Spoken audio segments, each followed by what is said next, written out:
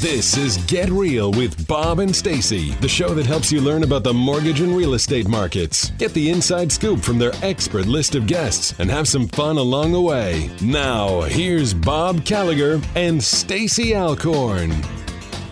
Welcome back. You're listening to Get Real with Bob and Stacy. You're joining us for our Leaders and Legends segment. Our first guest today is Dr. Katherine Loflin, consultant in the field of quality of places. Welcome to the show, Katherine. Hi, thanks for having me on. So I want to give everybody some background on Dr. Katherine Loflin. She has a very unique job, and I look forward to digging in more. Right before the show, I said this is one of the most unique people that we've had on the show in a long time. Dr. Katherine Loflin is a recognized global leader in placemaking, quality of life places, and why they matter. She has held leadership and advisory roles in some of the most groundbreaking and innovative placemaking projects, including Night Soul of the Community, Our Miami, Calgary's Inspiring Strong Neighborhoods, and the Place Capital Inventory in Australia.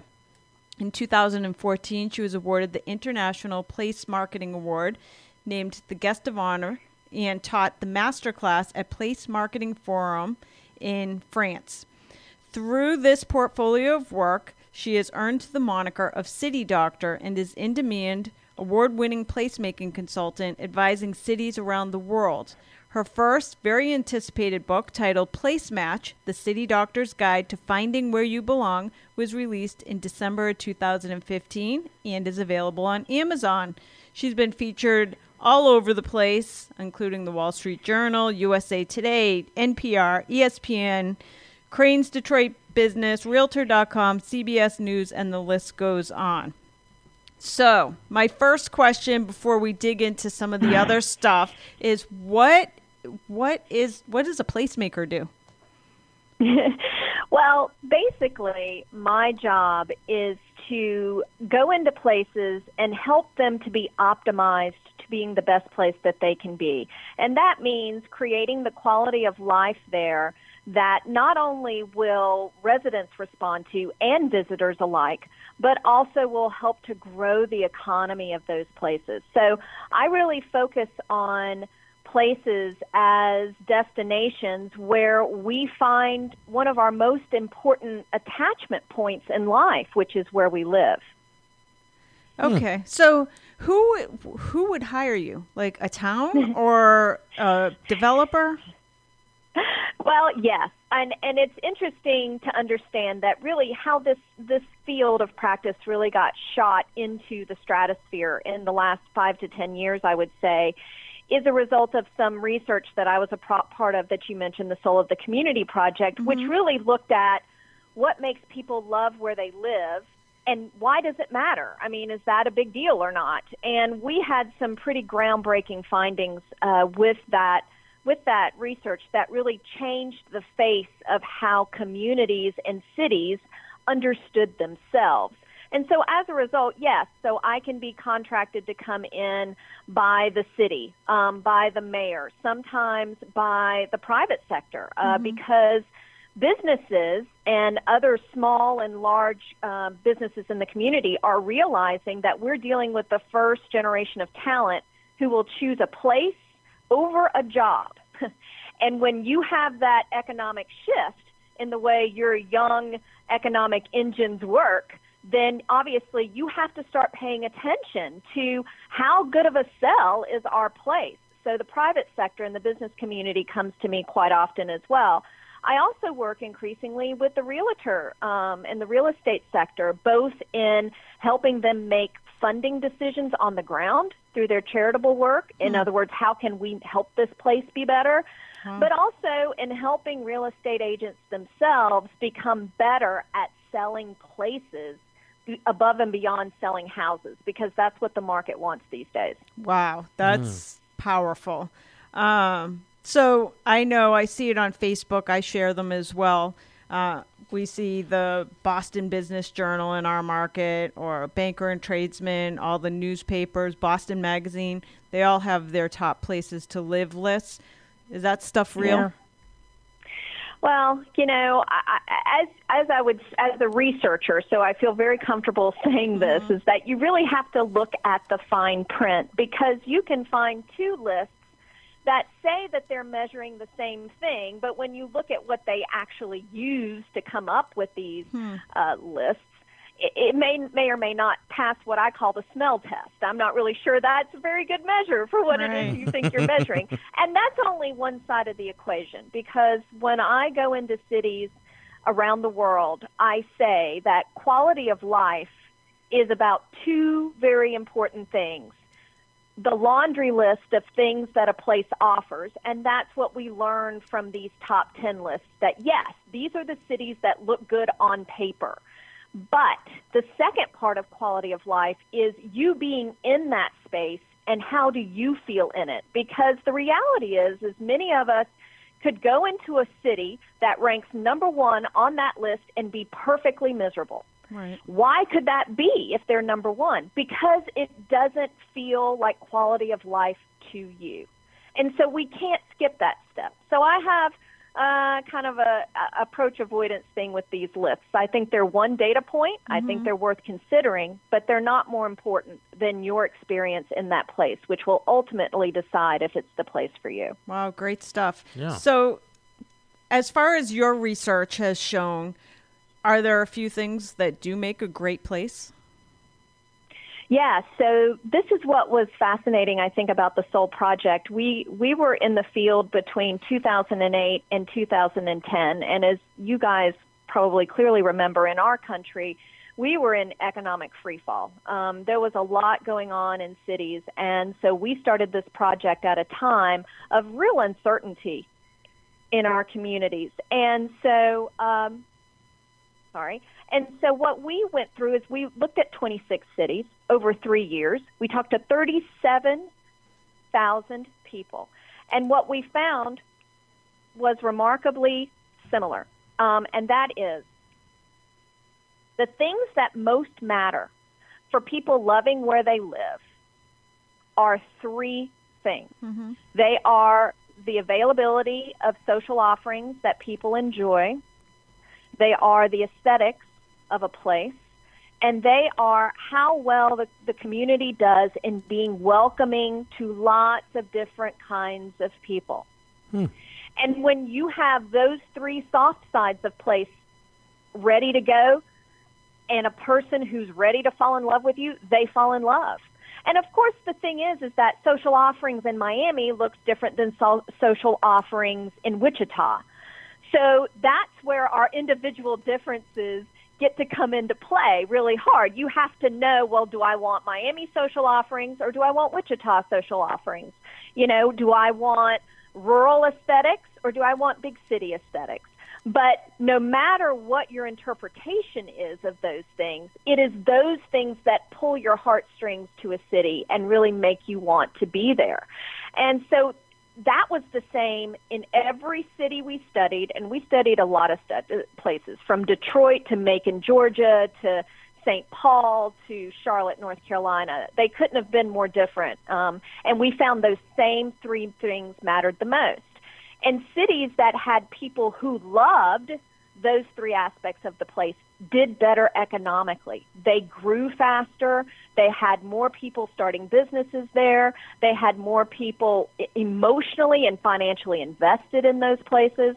And so this is why the business community and the academic community and the real estate community really came hard knocking on my door, because they were like, how can we make this as one of our new approaches to the practice in this new world where people are prioritizing place? And now we know the key to making places great. So let's get started. And that's pretty much what I've been doing ever since. Wow. So do you have any tips you can share now for realtors on something that they could do differently starting today, knowing how important it is to sell the place before they actually sell the physical place?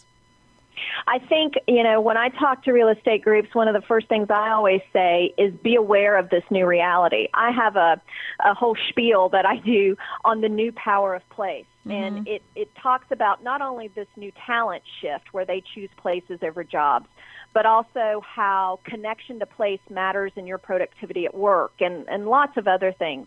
And so I always say, starting out, is be aware of this new environment. That doesn't mean that you throw out your old playbook, but your old playbook needs to be updated to becoming more efficient and effective at being able to sell place. You are going to have clients, and I've seen this happen, who say, I want to sit somewhere in this neighborhood during rush hour, quote unquote, in the morning when people are all leaving to work. I want to see what that experience is like in this place. I want to see what it's like when kids are offloaded off the bus. I want to see the experience of living here. And I think the more that real estate agents can say, I'm prepared to let you, give you that experience, right, the better off they will be. We have to go beyond the number of bathrooms and the hardwood floors to outside of the house and being able to present place to people in a way that they want to hear about it these days. And that will make you more marketable as a real estate agent, and more likely that someone will say, hey, you should really use him or her because she gave us insight or he gave us insight to the experience of living there, which is what we really needed to know. So interesting. I bought my house 6 years ago, and I remember sleeping there the first night, and I heard this unbelievable trembling sound, which was a train going through. I'm like, holy cow, there's a train that is a mile away. I didn't know you were that close to the train. I'm very close. Now I don't notice it, but probably I wish I had known that before I purchased it. Let's move to your book, Place Match, The City Doctor's Guide to Finding Where You Belong. People are calling it, they compare it to a dating and marriage guide to finding your right place. Tell us more about the book. Yeah. Well, I was inspired really to write this book because I work in a very clinical, scientific field, believe it or not, where we study how humans thrive in different environments. And when I do talks, I'm a TED talker. I've done TED Talks. I do hundreds of talks every year. I think my claim to fame is that I take all of this kind of complicated stuff and I make it relatable and I make it usable. And so when my clients and other folks who follow me said, why don't you have a book? Why don't you have a book? And I said, I'm still traumatized from writing my dissertation. I don't want to write a book or ever again.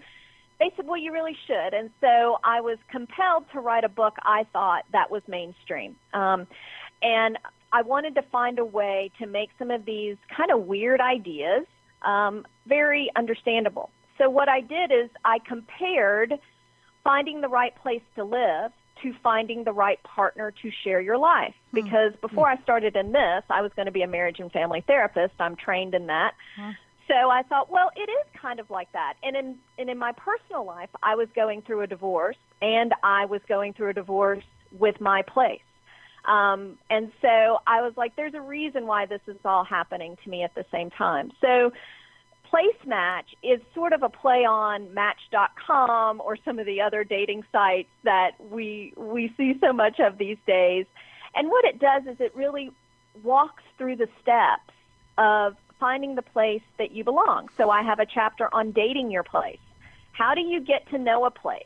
How do you get to know your city with the flu, so to speak? Just like you shouldn't marry somebody without seeing them with the flu. You shouldn't commit to a place until you really know the good, the bad, and the ugly about living in that place. And then how do you know when you're ready to commit? How do you know that this is the place for you? And then once you make that commitment, there's a whole chapter on marrying the place. And so when you're married to your place, what does that mean? And how do you keep that connection alive? Because what we know in the science is that when humans are in the environment where they know they belong, they thrive. They do better at work, they're better parents, they're better partners, they're better everything. And so, okay, you found that place. So how do you keep that relationship alive? What do you do when you have a bad day in your place, which you will undoubtedly have? So we talk about how you're going to have a bad day in your place where you think, this sucks. I hate it here. I don't like you. I don't want to be around you. Well, sure. We do that in marriages all the time. The point is not to have a perfect relationship. The goal is to have a resilient one. so you can come back from that moment and still feel that connection yet again. I talk about divorcing the place, and sometimes places you have to go. And sometimes you want to, and sometimes you don't. Sometimes it's a divorce that's not your idea. That happens in real life too. So how do you prepare yourself and others in your family maybe to get ready for what can be a very traumatizing thing, which is moving, for goodness sake, and then starting over? How do you not jump right back in, like a lot of divorced people do, and overcommit too early to the next place? How do you take your time? And then finally, I have a chapter on mayor as mother-in-law, which is really my call out to many of my clients who are mayors and community leaders, and saying, you know what, your job, just like a good mother-in-law does, is to help facilitate this match between your resident and your place.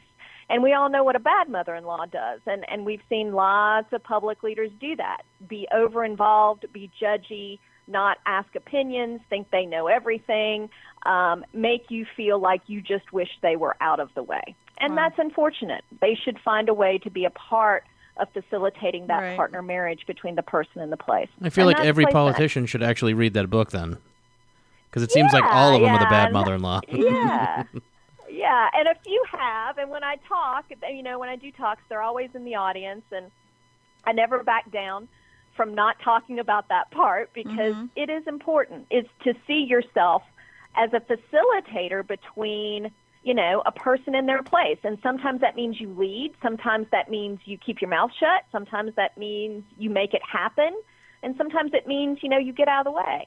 And that's what a good mother-in-law does. And then, frankly, in my experience, that's what a good mayor does, too. So we only have a couple minutes left, and it's really important that we let people know. You mentioned that you're doing a lot of work with the real estate community. You're doing keynotes, articles, etc. If people want to learn more about you, or they want to bring you to their town or to their office, how do they get in touch with you? I think there are two great ways to get in touch with me. One is through my professional Facebook page, which is facebook.com/Dr.Katherine Loflin. Or you can also message me through my website, and my website is www.city-doctor.com. Okay, city-doctor.com. Thank you so much. Our guest today was Dr. Katherine Loflin. Thanks for joining us today. Thank you, Katherine. Thank you. Thank you. Thank you so much for having me. You're welcome. We're going to take a quick commercial break. We'll be back with more Get Real after this.